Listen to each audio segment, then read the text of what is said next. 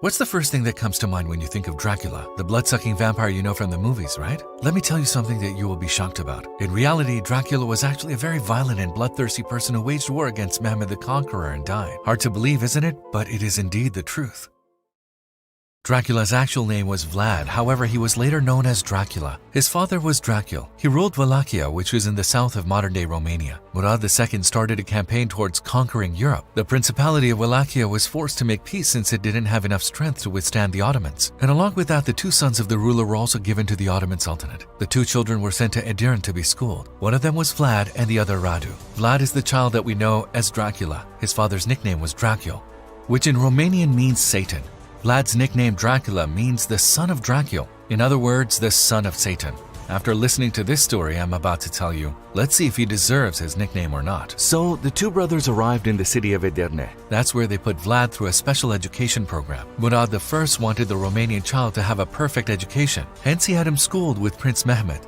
Prince Mehmed went through years of rigorous training with his Romanian friend. Together they were taught by the most distinguished instructors in foreign languages, swordsmanship, horseback riding, and the subtleties of government. And in those years, the two Romanian brothers learned about Islam. Thus, Dracula's brother Radu decided to convert to Islam. He memorized the Quran and decided to learn more about Islam. Although Vlad also examined the Quran, he did not become Muslim. After receiving the necessary training, Vlad returned to his home country, but Radu decided to stay. During this time, the family of these two brothers were killed by assassins, and Dracula was the sole heir. He promised loyalty to the Ottoman Sultan and went on to become the ruler of his country. Meanwhile, Mehmed the Conqueror became the Ottoman Sultan and conquered Istanbul. Dracula took his father's place. His sense of revenge flared up. His first order was to kill anyone who might have been involved in the killing of his parents. Time passed. Everything was going well at first. But then, Dracula started to evade paying taxes to the Ottoman Sultanate and also started to break his promises. Finally, he decided to rebel against the Ottoman Sultanate more openly. Dracula became more of an evildoer and started to kill the Ottoman soldiers in the region one by one. And those who opposed him, he had them impaled. Wallachia and Moldavia started to bleed under Dracula's tyrannical rule. One example of this is, Dracula realized that there were many poor people in his country and invited them to dinner.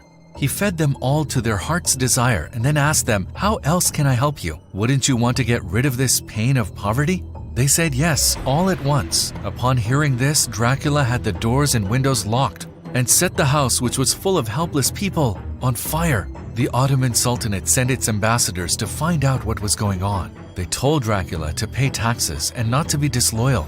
Dracula responded by saying, "If you want to talk with me, take off your turbans."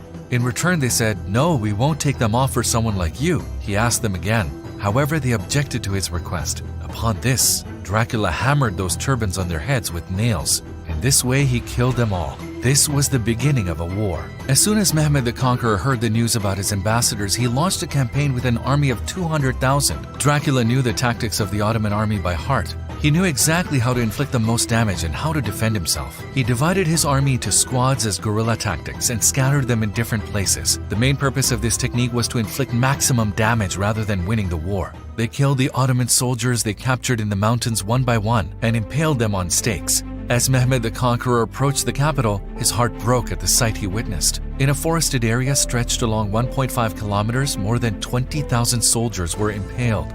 There were those who were still alive, those who were dying, and those who cried out in pain. It was like hell on earth. Mehmed the Conqueror, who saw that his troops sent on ahead were impaled, was demoralized. Never mind 20,000 Muslims, even if he had seen a single innocent person like this, how would he have felt? But the matter of fact was that there were 20,000 innocent people that were impaled.